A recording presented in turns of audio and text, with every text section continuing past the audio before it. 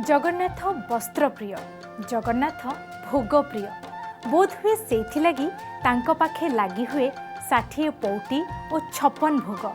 नमस्कार दर्शक बंधु, मु रोजालिन बड़ दियंक बड़ कथारे आज आमे कथा हेबा से अमृत समान भोग विषय रे, जहाकू कोटि कोटि भक्त विश्वास रे कही थांती महाप्रसाद।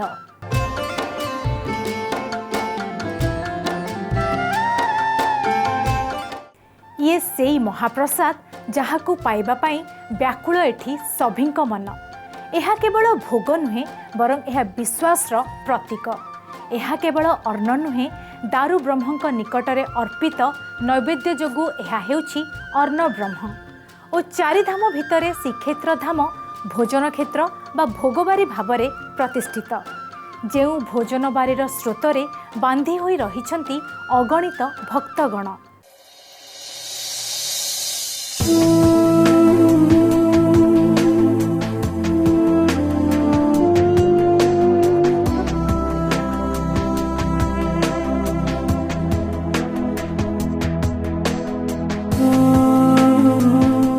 एठी सकाळु संज शुभे केवल से गोटिए डाक, हे जगन्नाथ जय जगन्नाथ।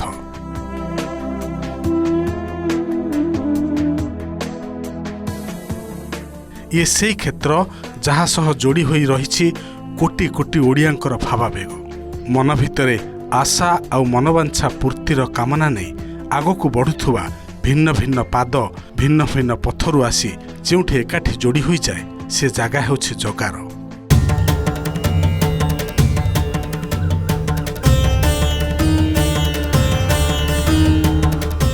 एठी जगतर स्वामी श्री जगन्नाथ केवल मंदिर रे नुहे बरं कोण अनुकोण रे वास करती। एठी भक्तर हृदय सीए, विश्वास रे भी सीए, उठा दोकानर जीविकार सीए, महोदधिर ढेउरे भी सीए। तांको करुणारू काणीचाए पाइबा पाई व्याकुल प्रतिटी प्राण। जो करुणार अन्य नाम महाप्रसाद। महाप्रसाद भाग्य थिले मिले। महाप्रभु को आम दर्शन करूँ, आखि पूरे दर्शन करूँ, आ पेट पूरे अभड़ा सेवन करूँ। भोगप्रिय ठाकुर श्री जगन्नाथ, तांको प्रसाद महाप्रसाद, अमृत समान तांको महाप्रसाद, जहाकू पाइबा पाई मनीष कण देवता माने मध्य आतुर बोली विश्वास करा जाए। तांको महाप्रसाद तो प्रभुंकर सबुठू मूल्यवान प्रसाद। दुनिया कौन प्रसाद संगे समान भी पारिबनी। प्रसाद माने कृपा, महाप्रसाद माने विशेष कृपा। से भक्त मानक विशेष कृपा करबा पाइका तांको उच्चिष्ट अन्न को आमको प्रदान करुचंती, जोटा कि आपण महाप्रसाद हिसाब रे पाउचंती। संजीवनी तुल्य महाप्रसाद सेइथिरु टिके तुंडरे पकाई मुंडरे हाथ पुछि देले जन्म जन्मर पापरु मुक्ति मिली थाए बोली विश्वास रहिछि। सेइथिपाई तो गीतरे गीतरे रहिछि, वैकुंठ जदि जाई नाहु मन श्रीक्षेत्र थरे जा, अमृत जदि चाखी नाहु मन कैबल्य थरुटे खा। दूर दूर रे थिबा भक्तंक पई एई महाप्रसादर दर्शन ही कालिया दर्शन सह समान। अन्यत्र जोटी सब भोग करा जाए से केवल आग्रहण करिथांती, माने केवल तांको नासा पटरे आग्रहण करथांती। किंतु ये गोटे जगह जोटी स्वयं महाप्रभु समस्त द्रव्य भोजन करिथांती। जेहेतु स्वयं प्रभु एटी भोजन करते, तेणु खाली मनीष नुहति देवता मान पाखे भी ये प्रसाद द्वितीय थर अर्पण करा जाय थाए। एटा भारत वर्ष रे कोनोसी जगह रे नाही।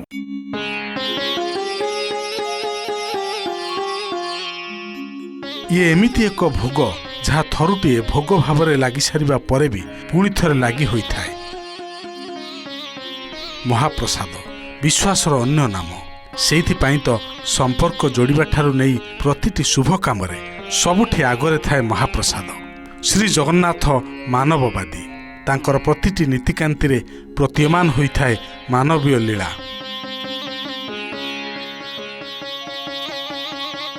ए लीलारू भोग बा बाद जाता किपरि? दिनचर्यारे मनुष्यटीए जेमिति खाद्य पानीय ग्रहण करिथाए, महाप्रभु मध्य ठीक सेमिति प्रतिदिन भोजन ग्रहण करिथांती। जो भोग को आहुरी स्वादिष्ट कर देई थाए भक्तर भावना। कालियार सही भोग थाली जो प्रतिदिन परसा जाई थाए भली कि भली पिठापणा, अन्न, डाली, साकर, बेसर, खीरी, खटा, पखाल ଏମିତି ଅନେକ ପ୍ରକାରର ଭୋଗ। ଏମିତିକି ଶ୍ରୀଜୀଉଙ୍କୁ ଲାଗି ହେଉଥିବା କେତେକ ସ୍ୱତନ୍ତ୍ର ପିଠା ଶ୍ରୀମନ୍ଦିର ଛଡ଼ା ପ୍ରାୟତଃ ଅନ୍ୟ କେଉଁଠି ବି ଦେଖିବାକୁ ମିଳେ ନାହିଁ। ମହାପ୍ରଭୁଙ୍କର ଭୋଜନ ନୀତିକୁ ମଣୋହି ବୋଲି କୁହାଯାଇଥାଏ। କିନ୍ତୁ ଏ ମଣୋହି ରତ୍ନ ସିଂହାସନରେ ବିରାଜମାନ ମହାପ୍ରଭୁଙ୍କୁ ଭୋଗ ଲାଗି ସାରିବା ପରେ ହୋଇଥାଏ ଅମୃତ ମଣୋହି, ଯାହାକୁ ରାଜଭୋଗ ମଧ୍ୟ କୁହାଯାଇଥାଏ। ପୁଣି ଏହି ଭୋଗ ମା ବିମଳାଙ୍କୁ ଅର୍ପଣ ହେବା ପରେ ପାଲଟିଯାଏ ମହାପ୍ରସାଦ। ପ୍ରତିଦିନ ଗୋପାଳ ବଲ୍ଲଭ ନୀତିରୁ ଆରମ୍ଭ ହୁଏ ବଡ଼ ଦେଉଳରେ ବଡ଼ଦିଅଁଙ୍କ ଭୋଗ ନୀତି, ଯାହା କ୍ରମେ ସକାଳ ଧୂପ, ମଧ୍ୟାହ୍ନ ଧୂପ, ସନ୍ଧ୍ୟା ଧୂପ ଓ ପରେ ବଡ଼ ସଂଘାରରେ ଶେଷ ହୋଇଥାଏ। ଦ୍ୱାରପାଳ ପୂଜା ସରିଲା ପରେ ଗୋପାଳ ବଲ୍ଲଭ ଭୋଗ ଅନୁଷ୍ଠିତ ହୋଇଥାଏ। ଗୋପାଳ ବଲ୍ଲଭ ସରିଲା ପରେ ସକାଳ ଧୂପ ବା ରାଜଭୋଗ ଅନୁଷ୍ଠିତ ହୋଇଥାଏ। ତାପରେ ମଧ୍ୟାହ୍ନ ଧୂପ, ସନ୍ଧ୍ୟା ଧୂପ ଏବଂ ବଡ଼ ସିଂହାର ଭୋଗ, ଏଇଭଳିଆ ଦୈନିକ ମହାପ୍ରଭୁଙ୍କର ଭୋଗ ପରମ୍ପରା ଅନୁଷ୍ଠିତ ହୋଇଥାଏ। ଶ୍ରୀମନ୍ଦିରରେ ବହୁ ପ୍ରାଚୀନ ସମୟରୁ ଭୋଗ ଖଞ୍ଜା ରହିଛି, ଯାହା ଆମେ ମାଦଳାପାଞ୍ଜି ଅଭିଲେଖରୁ ତଥ୍ୟ ପାଉଛେ। ଗଙ୍ଗବଂଶ ରାଜା ଅନଙ୍ଗ ଭୀମଦେବଙ୍କ ସମୟରୁ ଶ୍ରୀମନ୍ଦିରରେ ବହୁବିଧ ଭୋଗ ଖଞ୍ଜା ଯାଇଥିଲା। ଖାଦ୍ୟଲୋଭୀ କାଳିଆ ଠାକୁରଙ୍କ ମନ ଜାଣି ସେଇଥିପାଇଁ ତ ନୀତିଦିନ ଭୋଗ ସହ ବିଭିନ୍ନ ପର୍ବପର୍ବାଣୀ ଯାନି ଯାତ୍ରାରେ ଲାଗି ହୋଇଥାଏ ବିଭିନ୍ନ ପ୍ରକାରର ଭୋଗ।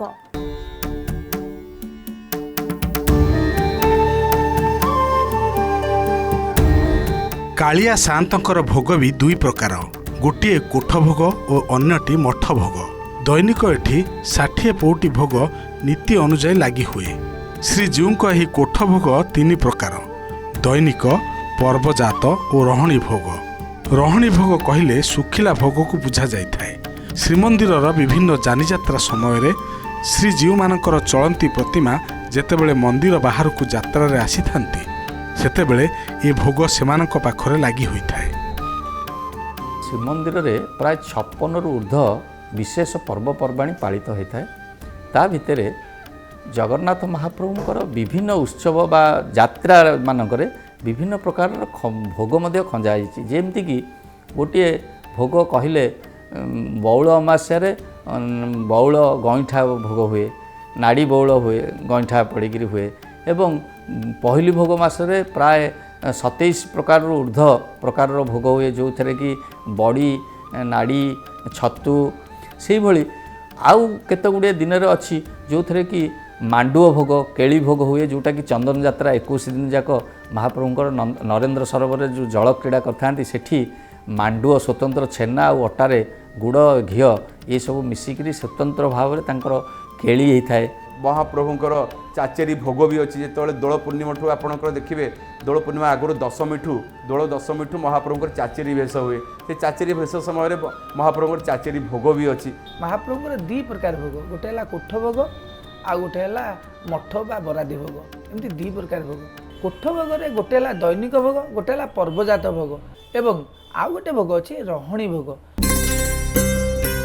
ସେହିପରି ରହଣୀ ଭୋଗର ଆଉ ଏକ ମାହାତ୍ମ୍ୟ ହେଉଛି ଏ ଭୋଗ ମାସାଧିକ କାଳ ରହିପାରେ।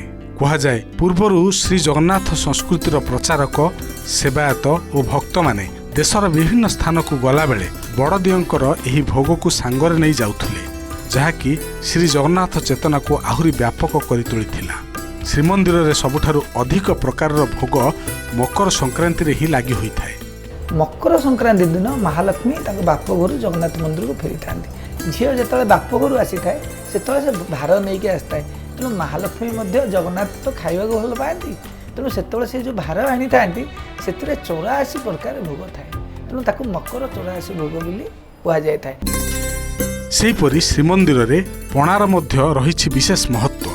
ବିଶେଷ କରି ଚନ୍ଦନ ଯାତ୍ରା ସମୟରେ ଶ୍ରୀଜୀଉମାନଙ୍କୁ ଗରମରୁ ରକ୍ଷା କରିବା ପାଇଁ ପଣା ଭୋଗ ଲାଗି ହୋଇଥାଏ। ଚନ୍ଦନ ଯାତ୍ରାରେ ବିଶେଷତ୍ୱ ହେଉଛି ଏଇଟା ଗରମ ଦିନ, ପ୍ରବଳ ଗରମ ହୁଏ। ଗରମ ଉପଶମ କରିବା ପାଇଁ ମହାପ୍ରଭୁ ଜଳ କ୍ରୀଡ଼ା କରିବାକୁ ଯାଆନ୍ତି ଏବଂ ଜଗନ୍ନାଥ ଏହି ସମୟରେ ପଣା ପିଇଥାନ୍ତି। ଏହି ସମୟରେ ଏଇ 42 ଦିନ ଯାକ ପଣା ଭୋଗ ଅଛି।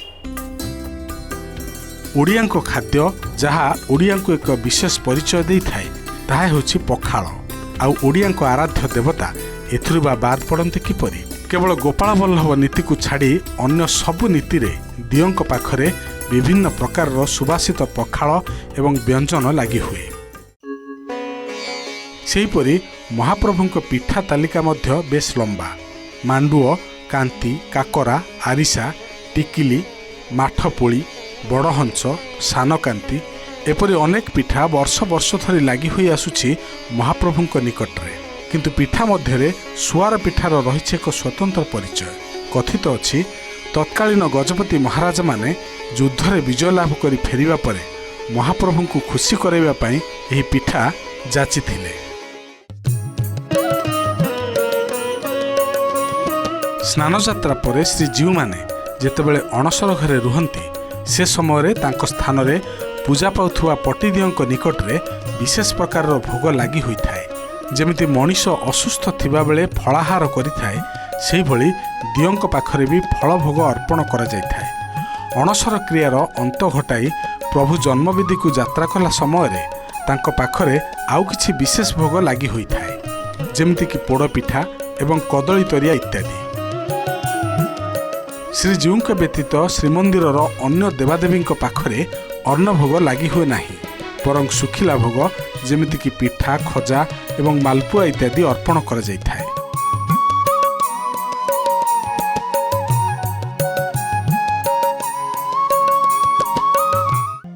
ଯେତେବେଳେ ଭୋଗ କଥା ପଡ଼େ ସମଗ୍ର ସୃଷ୍ଟିର ଦୃଷ୍ଟି ଯେମିତି ଆକର୍ଷିତ ହୋଇଯାଏ କାଳିଆର ଭୋଗ ଥାଳି ଉପରେ।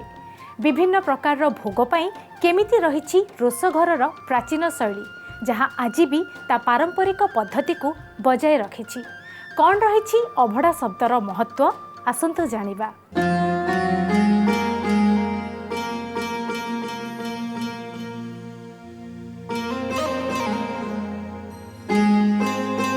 ମେଘନାଦ ପାଚେରୀର ଦକ୍ଷିଣ ପୂର୍ବ କୋଣରେ ଥିବା ଏ ରୋଷଘରକୁ ପୃଥିବୀର ବୃହତ୍ତମ ରୋଷଘର କୁହାଯାଇଥାଏ। ଠାକୁରଙ୍କ 60 ପୌଟି ଭୋଗ ବ୍ୟଞ୍ଜନ ରନ୍ଧନ ପ୍ରସ୍ତୁତିରେ ସୁପକାରମାନଙ୍କ ଭୂମିକା ଅତ୍ୟନ୍ତ ଗୁରୁତ୍ୱପୂର୍ଣ୍ଣ।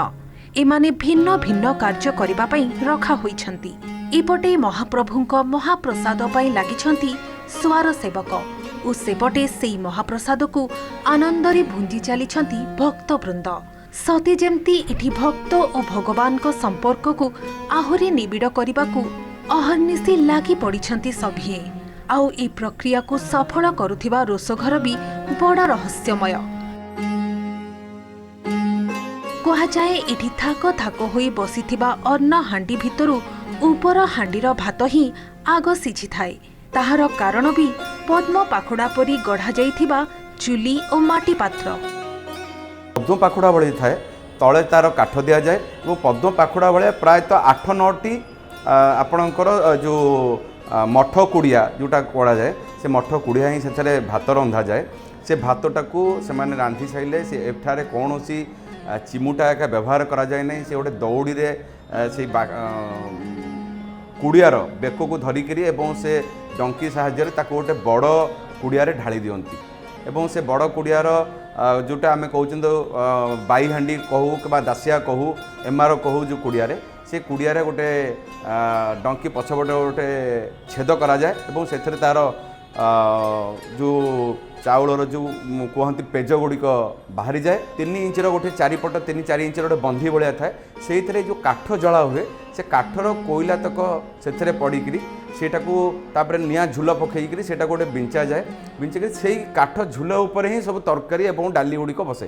ସେଇଟାକୁ ଅହିଆ କୁହାଯାଏ। ଆଉ ଗୋଟେ ହେଉଛି ପିଠା ଚୁଲି।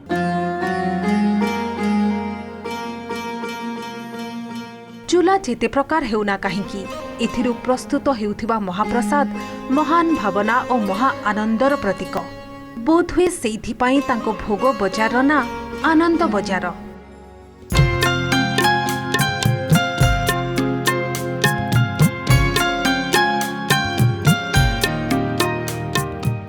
ତେଣୁ ଭକ୍ତର ଭୋକକୁ ବୁଝୁଥିବା ଭାବର ଠାକୁରଙ୍କ ଭୋଗ ଖାଇ ଭକ୍ତ ଯେଉଁ ଆନନ୍ଦ ପାଏ, ତାହା ହିଁ ତ ଆନନ୍ଦ ବଜାରର ମହତ୍ତ୍ୱ। କେଉଁଥିରେ ବଢ଼ା ଯାଉନଥିବାରୁ ନା ଏହାର ଅବଢ଼ା, ଆଉ ଏ ବଢ଼ା ନ ଯିବା ପଛର ଉଦ୍ଦେଶ୍ୟ ବି ବଡ଼ ମହାନ। ଧନୀ ଗରିବ, ଉଚ୍ଚ ନିଚ, କଳା ଗୋରା ସମ୍ପୂର୍ଣ୍ଣ ଜୀବଜଗତ ଯେଉଁ ଗୋଟିଏ କୁଡ଼ୁଆରୁ ହାତ ପୂରେଇକି ଖାଇବାର ପରମ୍ପରା ଓ ଅଧିକାର ରହିଛି, ସେ ହେଉଛି ଏହି ଅବଢ଼ା କୁଡ଼ୁଆ।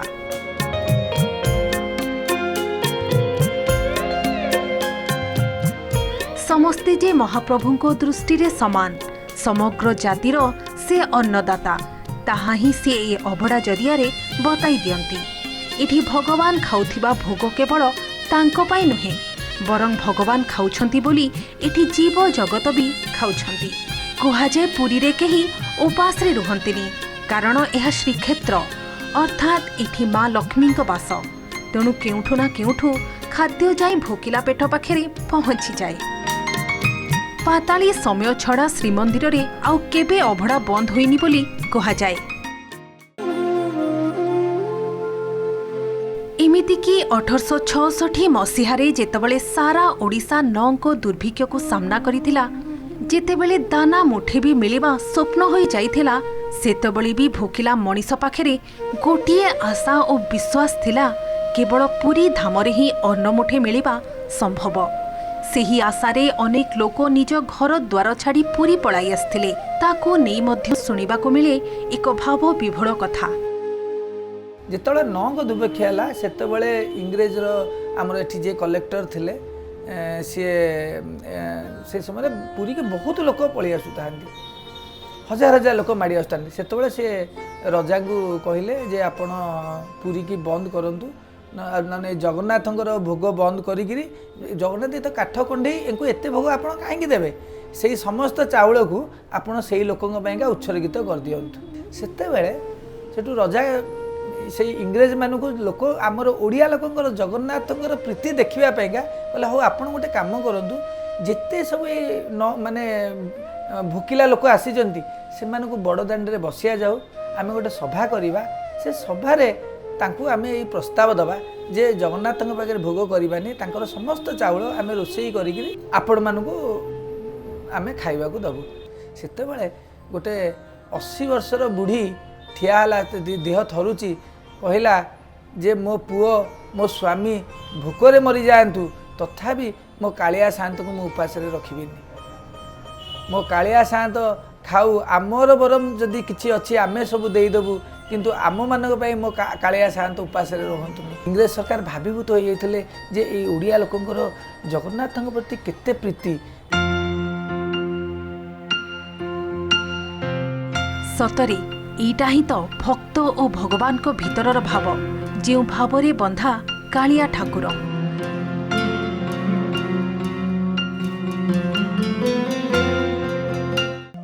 वैकुंठ जदि जाइनाहु मन श्रीक्षेत्र थरे जा अमृत जदि चाखिनाहु मन कैवल्य थरे खा।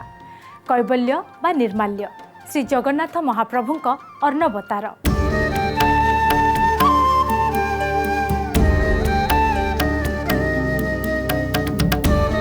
चाउलरू अन्न अन्नरू पुणी चाउल शुणिले आश्चर्य लगे किंतु यही तो महाप्रसादर महिमा जो महिमार महत्व शुभ कार्यरू नहीं जीवनर शेष यात्रा रे भी लोड़ा पड़े ना ताहार निर्माल्य बा कैवल्य।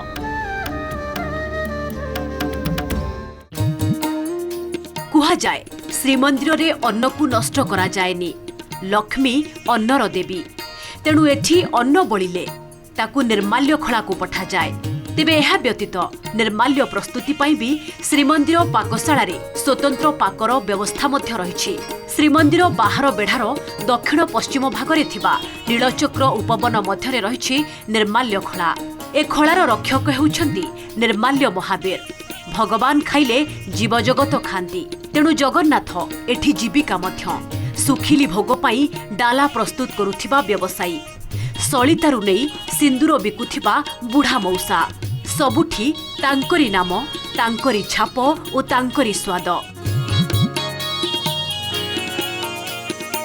आउ ये स्वाद भितरु अन्यतम पुरीर प्रसिद्ध खजा खाली जे यह ठाकुरों को लागी हेउथिबा भोग नुहे जीवन जीवार बाट मध्य देखाइछि ये। आउ सेइथि पाई तो सकाळु नै राति जाए एठी महकु थाए मिठा मिठा ताजा ताजा खजार बास्ना।